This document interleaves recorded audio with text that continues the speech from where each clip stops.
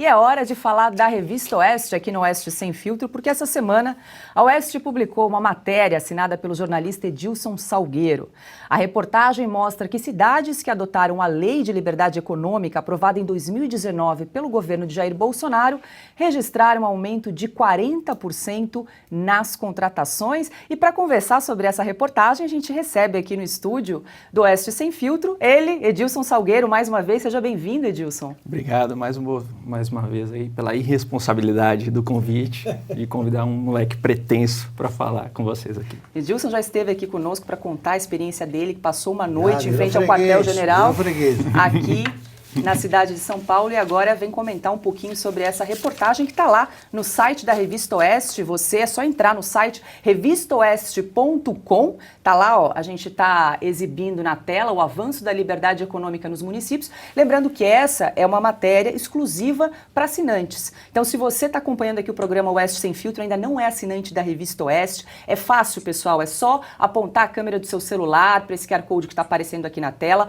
ou entrar no site revistaoeste.com. Com assinatura você vai ter acesso a todos os textos dos melhores jornalistas do Brasil. A gente já comentou aqui várias vezes que a Revista Oeste é hoje a revista digital, a melhor revista digital do Brasil. Você não pode ficar fora dessa. Então, é só assinar para você conferir textos como de Edilson Salgueiro, que a gente vai comentar aqui hoje um pouquinho no programa, Augusto Nunes, Ana Paula Henkel, J.R. Guzzo, Guilherme Fiuza e muito mais. Bom, voltando aqui, diga lá. Só partilhar. A Revista Oeste está a caminho aí de transformar-se na maior revista digital brasileira. Dependemos só de vocês para isso. E também para garantir a nossa liberdade, como eu vivo repetindo aqui. Nós dependemos dos assinantes. Então, quem ainda não assina, está acompanhando o programa, assine a Oeste. Tá? Ela está cada vez mais forte e precisa dessa força para garantir o jornalismo independente que nós aqui praticamos. É isso. Maravilha, mais uma vez, Edilson, seja bem-vindo. Edilson, eu queria que você começasse aqui com a nossa audiência, porque você fala na matéria que nem todos os estados brasileiros aderiram a essa lei de liberdade econômica que foi sancionada em 2019. Parece que só 15 estados, segundo a reportagem. Sim. Aí queria que você explicasse rapidamente como é que funciona a adoção dessa nova legislação. O que é e quais foram os principais benefícios dos estados que adotaram essa legislação. Não, em princípio não havia nenhuma legislação que favorecesse em alguma medida as empresas e os pequenos e médios empresários, enfim. O que a Lei da Liberdade Econômica fez? Pessoal, existe aqui um conjunto de regras, não muito grande, que vocês precisam seguir, que vai facilitar a vida de vocês. Se vocês quiserem seguir, ótimo. Se não quiserem, tudo bem. Então não é imposto de cima a baixo. Ele deu um conjunto de opções e vocês aderem se vocês quiserem. Quando surgiram? Em 2019, durante o governo Bolsonaro. Tá. E até pegando carona no que a Paula disse, apenas 15 estados aderiram. Tá. Então isso é opcional. As prefeituras dos municípios decidem tanto se elas querem aderir, quanto a quantidade de medidas que elas aderem. Então não é a lei inteira. Tá. É uma série de propostas dentro da lei que os estados decidem se vão aderir ou não. Por exemplo, quais são essas medidas? Não, a principal delas é a dispensa do alvará, por exemplo. Sei lá, se um sujeito quisesse abrir um bar, ele tinha um alvará de 2 a 6 meses ali que ele precisava esperar, em média, para poder operar. E a Lei da Liberdade Econômica aboliu isso. Então, ele acabou com a necessidade do alvará, ele pode dar 2 cliques ali, obter um certificado digital e começar a trabalhar. Então, imagine o quanto isso não rende, né? Claro. Em vez de, 2 a 6 meses, esperando para começar a trabalhar, ele começa ali com um certificado digital, o que não havia antes, ele precisava de um documento. Então, falando diretamente com o espectador, você se sentiria mais entusiasmado em trabalhar se você tivesse de dar 2 cliques e obter um certificado ou se tivesse de esperar 6 meses para trabalhar? Então, essa é a questão, esse é o principal, é a dispensa de alvará. E quantas atividades? O Estado, a legislação federal, prevê 300 atividades. E aí é sapateiro, manicure, bar, pequenas lojas, mas aí também os municípios têm autonomia. Por exemplo, o Rio Grande do Sul dispensa mais de 1.000 alvarás, para mais de 1.000 atividades, embora o Estado recomende apenas 300. Então é uma questão mais de liberdade, não é algo imposto de cima a baixo e os próprios estados podem definir ali o que convém, enfim. Ana Paula Henkel, só pergunta aqui para o Edilson Salgueiro. Edilson, boa noite, muito bom ter você aqui com a gente mais uma vez. Eu confesso que estou ansiosa para ler a sua reportagem, porque, na verdade, você toca num ponto que faz parte da espinha dorsal da América, né? Que é exatamente a desburocratização, o Estado menos inchado e uma autonomia maior para estados e municípios, ou seja, a prosperidade de dentro para fora, né? A pirâmide invertida, municípios e estados mais autônomos, independentes e mais prósperos, e a União apenas como um ator coadjuvante, e não, no Brasil é o oposto, né? A União é o ator principal, o protagonista principal, e a cascata, até chegar em municípios, muitas vezes a receita chega fininha, né, nos municípios. Muita gente fala até, Edilson, mas a América, os Estados Unidos, a América é um país livre porque é muito próspero. E eu costumo falar, não, é o contrário. É muito próspero exatamente porque tem muita liberdade. Eu queria juntar, Edilson, a sua matéria com a matéria de capa que nós demos aqui na Oeste, se eu não me engano, há 2 semanas, que é a herança bendita do governo do presidente Bolsonaro. Que ligação você faz da sua matéria com aquela matéria que linka todos os pontos econômicos bastante significativos do governo do presidente Bolsonaro, junto com o ministro Paulo Guedes? A ligação é total. E primeiro, como você mesma citou, Ana, os Estados Unidos eles já têm uma estrutura pronta para funcionar nesse sentido. Mesmo na literatura de ficção, você tem escritores que privilegiam, que endossam a atividade empreendedora. A escritora Ayn Rand, por exemplo, que ela nasceu no inferno soviético, ela foi para os Estados Unidos e parte da obra dela, parte considerável, ela descreve ali as boas ações do empreendedor. Ou seja, no imaginário do norte-americano, eles não têm aquela cabeça marxista de que o empreendedor é malvado, de que ele é um explorador, etc, etc. Então isso é importante ressaltar. A América é livre porque ela tem também uma literatura bem consolidada nesse aspecto. E conforme também você mencionou, a ligação com a capa da última edição da Oeste é total. E a Lei da Liberdade Econômica é um anexo a isso. É apenas um conjunto de medidas, dentre várias que foram aprovadas durante o governo Bolsonaro e que não foram mencionadas. Até a gente estava conversando durante essa semana mesmo, que se a Oeste não desse essa questão dos estados e dos municípios, ninguém diria. Porque é algo que você tem de cavucar, a imprensa tradicional não procura saber, mesmo com dados oficiais. Então você tende ali de buscar na íntegra, em documentos oficiais e mostrar isso. A Lei da Liberdade Econômica é apenas uma parte desse processo. A privatização de estatais, a desburocratização também é parte desse processo, como você mesma disse.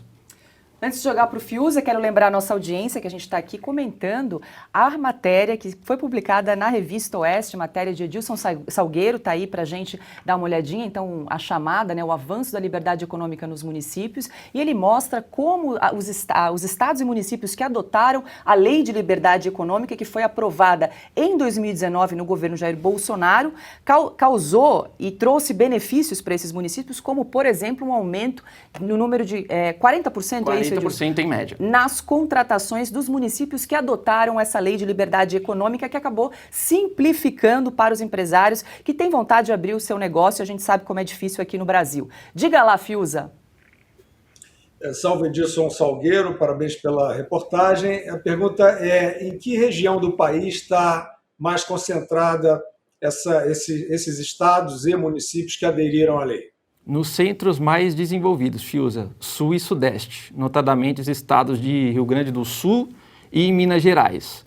A única dúvida que a gente tem aqui é São Paulo, que dos grandes centros, a maior locomotiva do país ainda não conseguiu aderir. E a explicação que a gente chegou é que São Paulo resistiu ao PT.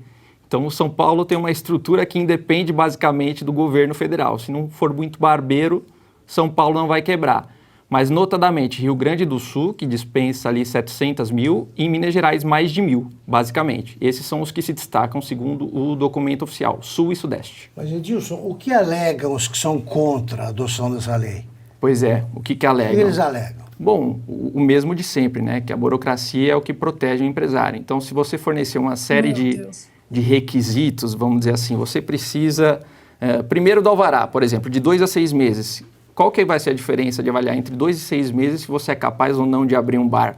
Na cabeça deles funciona. Na cabeça deles, quanto mais regras, mais rigidez você vai ter para abrir o seu negócio. Então, o seu negócio tende a ser mais certeiro, vai errar menos vezes porque atendeu a mais requisitos. São Paulo entrou nessa? São Paulo ainda não aderiu. Não, com essa conversa de que isso aí a burocracia protege o empresário? Para não ter aderido, sugere-se que sim, só 9% dos municípios paulistas. Mas é aquela questão também, São Paulo já tem uma estrutura pronta para funcionar.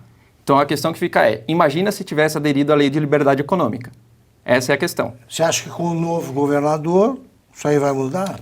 Certamente, porque certamente. O Tarcísio já deu indícios desde a pré-candidatura que a iniciativa privada é parte fundamental desse processo de desenvolvimento de São Paulo. E só para quem não está familiarizado com isso, por que o aumenta o número de empregos? Porque você facilita a abertura de negócios. Então, voltando à questão do alvará. Fica mais fácil abrir um negócio. Fica mais fácil, ele tende a atender a menos requisitos, é mais rápido. Na edição 82 da Revista Oeste, a gente falou dessa cultura cartorial do Brasil. O sujeito gasta em média ali 2.000 horas por ano, mais 60 bi, para atender todos os requisitos tributários. Então você imagina, quando você abole isso e começa a falar, pessoal, sintam-se à vontade, oferece menos requisitos, o sujeito abre a empresa mais rápido. É claro que o fluxo de emprego e desemprego aumenta. Então, há mais contratações e, lógico, há mais demissões, porque a legislação é mais flexível. Mas o saldo é positivo. A Ana também está acostumada com isso. A gente lê no noticiário internacional. Estados Unidos atingem taxa de 10% de desemprego no mês 1. No mês 2, isso cai para 4% ou 3%. Porque eles têm essa capacidade de se regenerar, e essa capacidade de se regenerar é fruto da legislação flexível. Então, é um facilitador. E essa flexibilidade também, ela traz exatamente uma qualidade maior para aquele que está sendo servido, porque você sabe que a sua cabeça está na guilhotina se você não prover a qualidade esperada da sua empresa ou do seu patrão.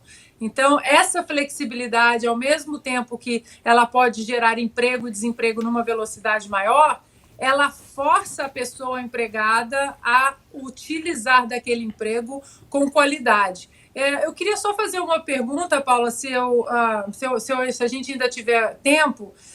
Edilson, agora o Augusto e a Branca, né, escreveram um belíssimo, né, artigo sobre o relatório da turma ali da transição do PT. E no finalzinho, o Augusto escreve o seguinte: um redator conciso resumiria em uma frase o palavroso conteúdo do relatório. O programa do governo Lula é revogar as medidas aprovadas por Jair Bolsonaro, ressuscitar as que foram sepultadas e dizer ou fazer o contrário do que ele disse ou fez. Isso é um grande temor em 2023 se o ex-presidiário subir a rampa. Até que ponto essas medidas de liberdade econômica estão protegidas, se ele de fato subir a rampa, até que ponto essas medidas de liberdade econômica elas estão protegidas dessas canetadas aí para tentar revogar esse tipo de ação? Ana, eu vou ter de te dar uma má notícia, elas não estão protegidas, porque é uma legislação federal, e se o PT resolver que essa legislação federal desfavorece o empreendedor ao invés de favorecer, ele pode abolir. Isso significa que o cenário político vai ser alterado e os municípios provavelmente vão aderir às ideias petistas. Como eu escrevi no texto, se o PT disser, pessoal, aqui o Estado vai crescer, os municípios vão aderir à ideia do PT, porque os municípios são reféns em alguma medida do Estado, eles precisam de verbas federais. Então não é uma boa medida você ficar contra o novo partido, né? E todos os entrevistados que eu procurei para esta reportagem, de maior a menor medida, eles ressaltam que sim, o PT provavelmente vai atacar essa lei em algum momento, porque a ideia do PT é intervencionista. O Estado é o centro para o PT. Então, não tem por que você deixar os empreendedores, os empresários, os indivíduos em si se desenvolverem.